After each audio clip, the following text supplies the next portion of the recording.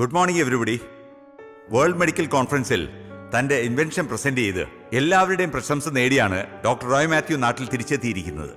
ഞാൻ അധികം ദീർഘിപ്പിക്കുന്നില്ല. തന്റെ ഇൻവെൻഷന്റെ വിശദാംശങ്ങൾ പ്രസന്റ് ചെയ്യുന്നതിനായി ഞാൻ അദ്ദേഹത്തെ ആദരപൂർവ്വം ക്ഷണിച്ചുകൊള്ളുന്നു. Honorable President Dr. Mahesh, All India Research Scientist Adhoc Committee President Dr. George Koshi, our delegates, my dear friends. I feel so proud and glad to be here in front of you because കഴിഞ്ഞ 12 വർഷത്തെ എൻ്റെ പരിശ്രമത്തിന് ഫലമുണ്ടായിരിക്കുന്നു. മനുഷ്യ ചരിത്രത്തിൽ ഇന്നുവരെ ഗർഭം ധരിക്കാനും പ്രസവിക്കാനുമുള്ള കഴിവ് സ്ത്രീകൾക്കാണ് ഉണ്ടായിരുന്നത്. പക്ഷെ ഇനി മുതൽ പുരുഷന്മാർക്കും ഗർഭം ധരിക്കാം, പ്രസവിക്കാം. ലിംഗമാറ്റ ശസ്ത്രക്രിയ നടത്തിയ പുരുഷനായിരിക്കും. That's quite natural doctor Bijoy. അയാൾക്ക് ഗർഭപാത്രം ഉണ്ടല്ലോ. ഞാൻ ഉദ്ദേശിച്ചത് യഥാർത്ഥ പുരുഷനെ കുറിച്ചാണ്. സസ്തനികളായ മുയൽ, കുരങ്ങ് എന്നിവയിൽ നടത്തിയ പരീക്ഷണങ്ങൾ വിജയിച്ചപ്പോഴാണ് മനുഷ്യരിലും ഇത് പരീക്ഷിക്കാം എന്ന നിഗമനത്തിൽ ഞാൻ എത്തിയത്. So I would like to request your kind attention for my presentation.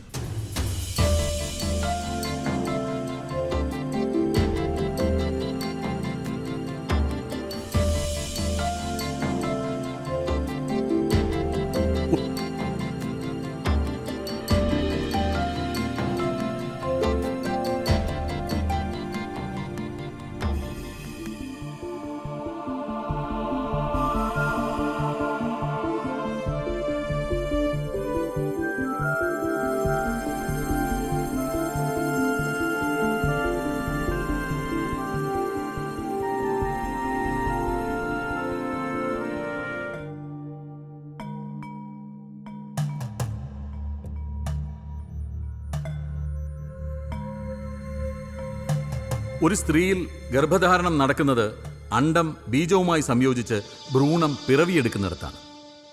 എന്നാൽ പുരുഷന്റെ കാര്യത്തിൽ പെരിറ്റോണിയൽ കാവിറ്റിയിൽ ഭ്രൂണം നിക്ഷേപിക്കപ്പെടുകയാണ്. പെരിറ്റോണിയൽ കാവിറ്റിയിൽ 4 ആഴ്ചയിൽ കൂടുതൽ ഭ്രൂണം വളരില്ലല്ലോ. ആഫ്റ്റർ 4 വീക്സ് അത് പൊട്ടി ഫ്ലൂയിഡായിട്ട് പുറത്തു പോകും. നോർമലി സ്ത്രീകളിലും യൂട്രസിന് പുറത്ത് ചിലപ്പോഴൊക്കെ ഗർഭധാരണം നടക്കുന്നുണ്ടല്ലോ. സി, നമ്മളൊക്കെ MBBS പഠിച്ച കാലഘട്ടത്തിൽ നിന്നും മെഡിക്കൽ സയൻസ് ഒരുപാട് വളർന്നു. As per the new findings 45 weeks, അതായത് 315 ദിവസം വരെ ഭ്രൂണത്തിന് പെരിറ്റോണിയൽ കാവിറ്റിയിൽ വളരാൻ കഴിയും. വിദേശത്തുള്ള അനേകം ശാസ്ത്രജ്ഞന്മാരുടെ മെയിൽ കമ്മ്യൂണിക്കേഷൻ ഡോക്ടർ റോയിയുടെ വാദത്തെ സപ്പോർട്ട് ചെയ്യുന്നുണ്ട്. ബട്ട് ഡോക്ടർ, ഒരു പുരുഷനെങ്ങനെ പ്രസവിക്കാനാവും? Doctor you set the point. പുരുഷന് വജൈന ഇല്ലാത്തതുകൊണ്ട് ഒരു സിസേറിയനിലൂടെ മാത്രമേ നമുക്ക് കുഞ്ഞിനെ പുറത്തെടുക്കാൻ കഴിയൂ. ഡോക്ടർ, ഈ പരീക്ഷണത്തോട് എനിക്കൊട്ട് യോജിക്കാനാവില്ല. We have some ethics. കാലാകാലങ്ങളായി നാം പിന്തുടരുന്ന ആചാരങ്ങൾ. നമുക്കൊരു സംസ്കാരമുണ്ട്. അതെങ്ങനെയാണ് നമ്മുടെ സംസ്കാരത്തിന് എതിരാവുക? ഇത് പ്രകൃതിയുടെ സന്തുലിതാവസ്ഥ തകിടം മറിക്കും. യെസ്, ഇത് സാമൂഹികമായ ഒരുപാട് അസമത്വങ്ങൾക്ക് വഴിതെളിക്കും. നോ ഡോക്ടർ ബിജോയ്, ഒരു സ്ത്രീക്ക് ഒരിക്കലും ഒരു പുരുഷനെ ഗർഭം ധരിപ്പിക്കാനാവില്ല. ഗർഭധാരണം മുതൽ പ്രസവം വരെ ഒരു പുരുഷന് ഡോക്ടറുടെ സഹായം കൂടിയേ തീരൂ. മിസ്റ്റർ റോയ്, താങ്കൾ ഈ പരീക്ഷണത്തിൽ നിന്നും പിന്മാറണം. മനുഷ്യവംശത്തോട് കാട്ടുന്ന ഈ കൊടും പാതകത്തെ നമ്മുടെ സംഘടന പിന്തുണയ്ക്കരുതെന്ന് ഞാൻ ആവശ്യപ്പെടുന്നു. This is the first time in medical history that such an experiment has ever been carried out. The results will be happiness to many families all over the world. Doctor റോയുടെ കണ്ടുപിടുത്തം അവിശ്വസനീയമാണ്. സാമാന്യ ബുദ്ധിയുള്ളവർക്ക് ഇത് ദഹിക്കില്ല. But it is the truth. ഒരു മലയാളി ഈ പരീക്ഷണത്തിന് മുതിരുമ്പോ നമ്മൾ അഭിമാനിക്കണം, കൈയടിച്ച് അഭിനന്ദിക്കണം. മിസ്റ്റർ റോയ്, താങ്കൾക്ക് വൈൻഡപ്പ് ചെയ്യാം. അഭിനന്ദിച്ചവർക്കും വിമർശിച്ചവർക്കും എൻ്റെ നന്ദി. Thank you, thank you all. ഇവിടെ ഇരിക്കുന്നവരെല്ലാം അബ്നോർമൽ ആയിപ്പോയി. എല്ലാവരും ഏതോ മായാലോകത്ത്. You are absolutely right doctor Bijoy. Indian ഫിലോസഫിയിൽ പോലും പ്രിഫറൻസ് മായയ്ക്കാണ്. Maya means illusion. ഞാനും നിങ്ങളും എല്ലാം ജീവിക്കുന്നത് ഓരോ മായ കാഴ്ചകളിൽ അഭിരമിച്ചാണ്. Some dreams become true and my research is such a dream. ഷണ്ഡത്വവും വന്ധ്യതയും കാരണം ബുദ്ധിമുട്ട് അനുഭവിക്കുന്നവർക്ക് ഈ മാർഗം വലിയൊരു സഹായമാവും. Finally, I declare that a man could become pregnant and he's able to deliver a healthy offspring. That's all. Thank you. Thank you. Well done, doctor. Thank you, Dr. Mahesh. അപ്പോ ഇനി വേണ്ടത് ഒരു കാരിയറെയാണ്. Yes. മനസ്സുകൊണ്ടും ശരീരം കൊണ്ടും നമ്മുടെ പരീക്ഷണത്തിൽ പങ്കാളിയാവാൻ സന്നദ്ധതയുള്ള ഒരാൾ. പത്രത്തിലൊരു പരസ്യം കൊടുത്താൽ probably will get A suitable carrier. അത് വേണ്ട. ഈ സാമ്പത്തിക ലാഭം മാത്രം നോക്കി വരുന്ന ആരെങ്കിലും ആണെങ്കിലോ? അപ്പോ എന്താ ഒരു വഴി? എന്തെങ്കിലും ഒരു വഴി ഉണ്ടാവും. ഈ പരീക്ഷണത്തിന്റെ തുടക്കം മുതൽ തന്നെ ദൈവത്തിന്റെ അദൃശ്യമായൊരു സാന്നിധ്യം എനിക്ക് അനുഭവപ്പെടുന്നുണ്ട്. ചേട്ടാ,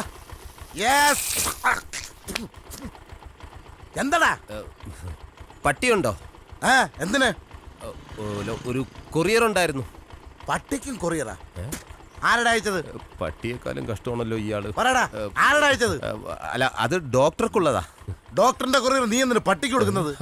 അതല്ല ഏട്ടാ, എനിക്ക് അകത്തോട്ട് വരാൻ ഇവിടെ കിടക്കുന്ന പട്ടി കടിക്കൂ? ഈ പട്ടി കടിക്കൂല, തൊട്ട് താഴെ ഒരു പട്ടി കിടപ്പുണ്ട്, അത് ഉഗ്രനായിട്ട് കടിക്കും. തുറന്നു വിടട്ടാ? അയ്യോ, അതിനല്ല, എനിക്ക് ഡോക്ടർക്ക് കൊറിയർ കൊടുക്കണം. ഡോക്ടർ ഉണ്ടല്ലോ. ഡോക്ടറെ നീ ഉണ്ണിക്കാൻ വന്നതാ അതാ കൊറിയർ കൊടുക്കാൻ വന്നതാ? കൊറിയർ കൊണ്ടുകൊട്. ചെല്ല്. ഇയാളെന്താ ചിമ്പാൻസിക്കുണ്ടായി? കൂട്ടിച്ചു പോണേ, പട്ടിയുണ്ട് കേട്ടാ. ശരി. ദൈവമേ, അയാൾ ഇനി കടിക്കണ പട്ടി അഴിച്ചു വിടുവെന്തോ. മുഴുപ്രാന്തനാന്ന് തോന്നുന്നു.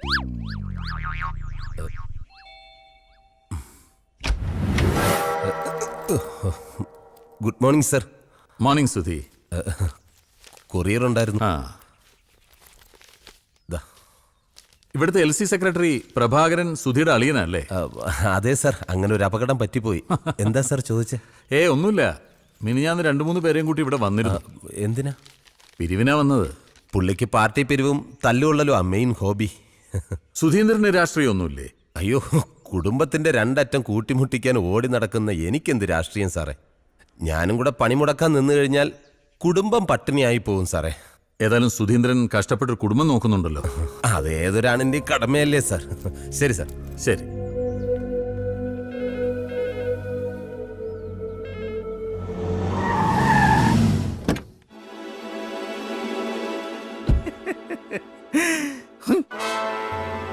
ഇത് സുധിക്കുള്ള പണിയാണല്ലോ മായേ.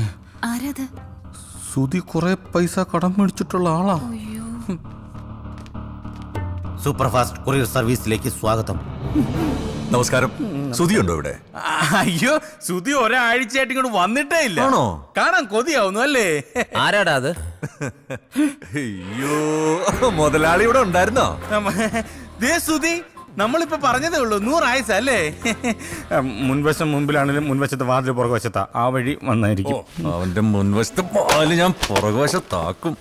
ചേട്ടൻ ഇവിടെ പ്രശ്നമൊന്നും ഉണ്ടാക്കരുത് പ്ലീസ്. എടാ പന്ന പുന്നാര മോനെ, നീ എന്നെ കുറിച്ച് എന്താ കരുതിയത്? മുങ്ങി നടന്നതിനെ ഞാൻ കണ്ടുപിടിക്കത്തില്ലെന്ന് വിചാരിച്ചോ? ഞാൻ അങ്ങനെയൊന്നും പിന്നെ കരുതില്ല. നീ എന്നെ കോപ്പാടാ കരുതിയത്? എടാ എന്നെ നീ വെറും കരുത് കേട്ടോ. എടാ ഞാനിന്ന് ഇവിടെ വന്നിട്ടുണ്ടെങ്കിൽ നീ എനിക്ക് തരാനുള്ള 20 ലക്ഷം രൂപ അതിന് പലിശ വാങ്ങിച്ചോണ്ട് പോകത്തുള്ളൂ. എന്റെ കയ്യിൽ ഇല്ലാഞ്ഞിട്ടാ. കഷ്ടായി പോയല്ലോ. അപ്പൊ ഇനി എന്നാ ചെയ്യാനാ? നീ ഒരു കാര്യം ചെയ്യും, നാളെ രാവിലെ രജിസ്റ്റർ ഓഫീസിലോട്ട് വന്നൊന്ന് സൈൻ ചെയ്ത് തന്നേര്. അല്ലടാ?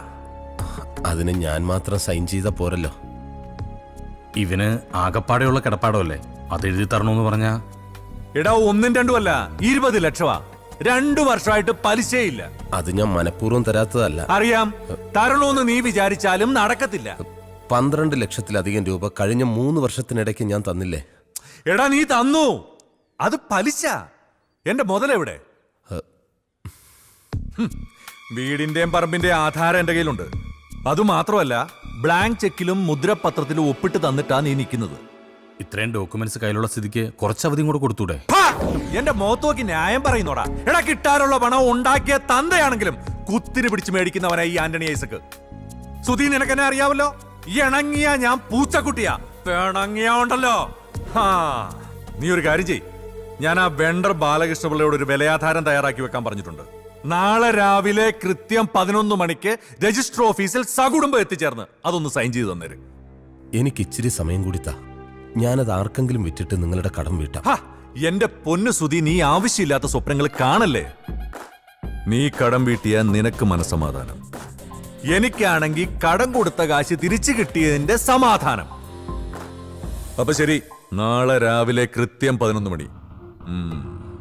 അടാ, പാവങ്ങളല്ലേ സഹായിക്കാന്ന് വെച്ചാൽ നമ്മക്കിട്ട് തരിക.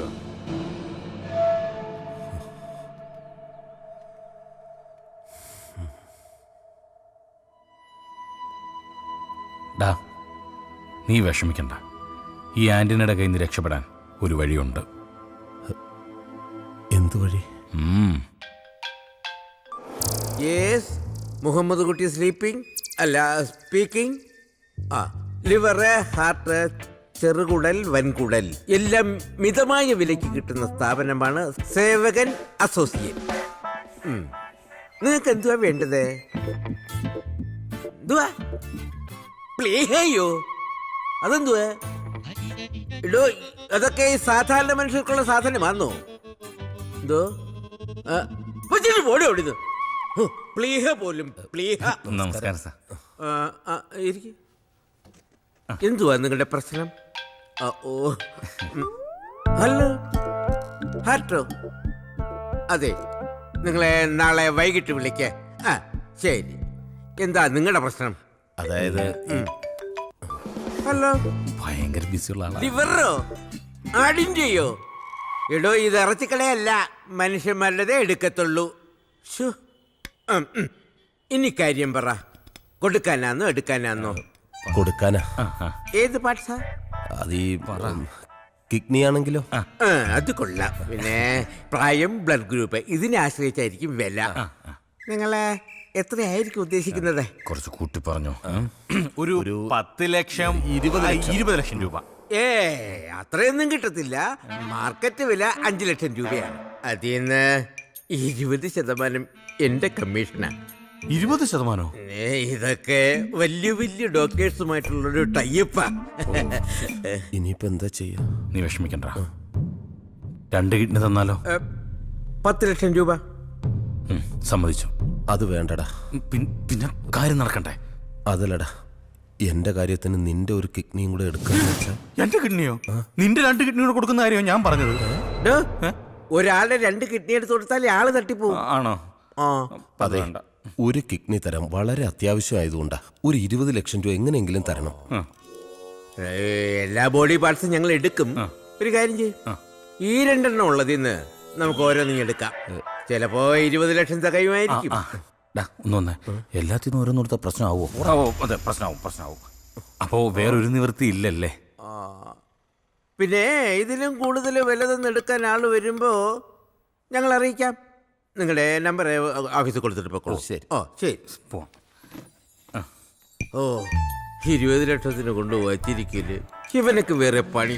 അയ്യോ, എന്നെ കെട്ടിപ്പോയി. മതമിളകിയ ആന പാപ്പാനെ കുത്തിക്കൊന്നു. മതമിളകിയ ആന പിന്നെ ഭാഗവതം വായിക്കൂ. വീട് പണിയാൻ വന്ന മേസ്ത്രിയോടൊപ്പം വീട്ടമ്മ ഒളിച്ചോടിപ്പോയി.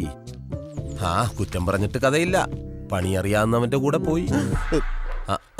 അളിയനെന്ന് പാർട്ടിയുടെ ഉപരോധമൊന്നും ഇല്ലേ? ഇല്ല, ഇന്നലത്തെ ഉപരോധം കുറച്ച് കടുത്തു പോയി. അപ്പൊ ഇന്നലെയും തല്ലുണ്ടായി. പിന്നെ ഈ കൂട്ടത്തിലുള്ള ആളുകളാണോ അളിയ തല്ലുണ്ടാക്കുന്നത്?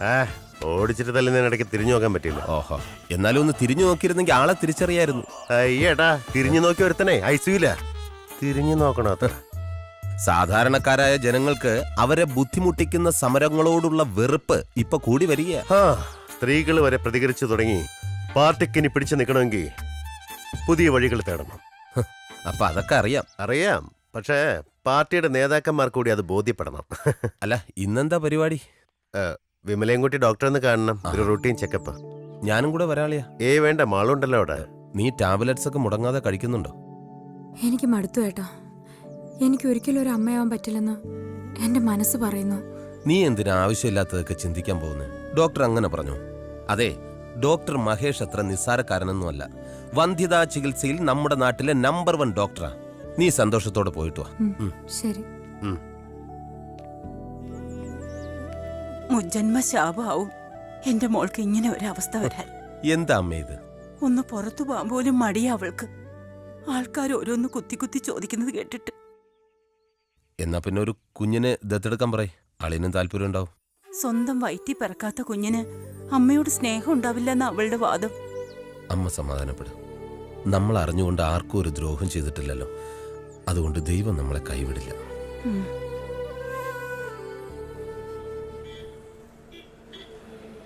ഡാഡി, എന്റെ ക്ലാസ്സിലെ നവീൻ കൃഷ്ണൻ BBC-യിൽ ഡാഡിയുടെ ഫോട്ടോ കാണിച്ചോ റിപ്പോർട്ട് വന്നെന്ന് പറഞ്ഞു. ആണോ? മോള് കണ്ടില്ലേ?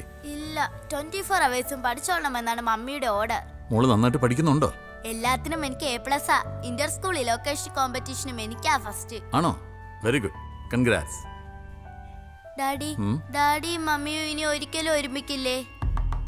എന്താ നിങ്ങൾക്കിടയിലെ പ്രശ്നം? അത് മോളിപ്പോൾ കൊച്ചുകുട്ടിയാ, വലുതാവുമ്പോൾ അതൊക്കെ മനസ്സിലായിക്കോളും. ഈഗോ? പെട്ടെന്ന് തോന്നുന്നൊരു കൗതുകം കൊണ്ട് ഒന്നും സ്വന്തമാക്കാൻ ശ്രമിക്കരുത്, even if it's a toy. Mummy പാവമാ ഡാഡി. ഞങ്ങൾ തമ്മിലുള്ള ഈ സെപ്പറേഷൻ ഞങ്ങൾ അറിഞ്ഞുകൊണ്ട് തന്നെ ചെയ്തതാ. We are not divorced, just separated. ആർക്ക് വേണ്ടിയാ? ആര് ഡിസൈഡ് ചെയ്തു? മോളുടെ മമ്മി. എന്നെ കാണാതിരുന്നാൽ, എൻ്റെ ശബ്ദം കേൾക്കാതിരുന്നാൽ അവൾക്ക് സമാധാനം കിട്ടുമെന്ന് പറഞ്ഞപ്പോൾ മോൾ അതൊന്നും ആലോചിക്കണ്ട. ഡോൺ വറി, നന്നായിട്ട് പഠിക്കണം. എന്ത് ആവശ്യമുണ്ടെങ്കിലും ഡാഡിയോട് ചോദിക്കണം കേട്ടോ. ആ, ഡാഡി മോളെ കൊണ്ടുപോയി ഡ്രോപ്പ് ചെയ്യാം. പെട്ടെന്ന് കഴിക്കുക. ഇനിയും വൈകിയ മമ്മി വഴക്ക് പറയും. കഴിച്ചോ. ചേട്ടൻ ധൈര്യമായിട്ടിരിക്കും ചേട്ടാ, എന്ത് സംഭവിച്ചാലും ഞാൻ നോക്കിക്കോളാം. ഹാ, ധൈര്യമായിട്ടിരിക്കാൻ പറഞ്ഞില്ലേ, പിന്നെ ഇതിലെ ടെൻഷൻ അടിക്കുന്നത്? എന്താടാ കുറെ നേരം ആയില്ലേ? ഓ, ഒന്നും പറയണ്ട. എന്റെ പാവൻ ചേട്ടൻ കുഞ്ഞൊരു വീട് പണിത്, അത് പഞ്ചായത്തിൽ അറിയിച്ചില്ലെന്ന് പറഞ്ഞ് വലിയ പ്രശ്നമായടാ. നിങ്ങളുടെ പഞ്ചായത്താണോ? അതെ. അപ്പൊ പിന്നെ അറിയിക്കണ്ടേ? എന്തിന്? പുതിയ പഞ്ചായത്ത് ഓഫീസ് പണിതപ്പോ എന്റെ വീട്ടിൽ അറിയിച്ചോ? ഇല്ലല്ലോ. പിന്നെന്തിനാ നമ്മൾ അവരെ അറിയിക്കുന്നത്? ഒരു പാല് വിട്ട് അങ്ങോട്ടും ഇങ്ങോട്ടും വേണം, അത് പഞ്ചായത്തായാലും മുനിസിപ്പാലിറ്റി ആയാലും. എടാ, ഈ പഞ്ചായത്ത് ഓഫീസിനെ അറിയിക്കണം. നീ പഞ്ചായത്തിന്റെ ഭാഗത്താണോ എന്റെ ഭാഗത്താണോ?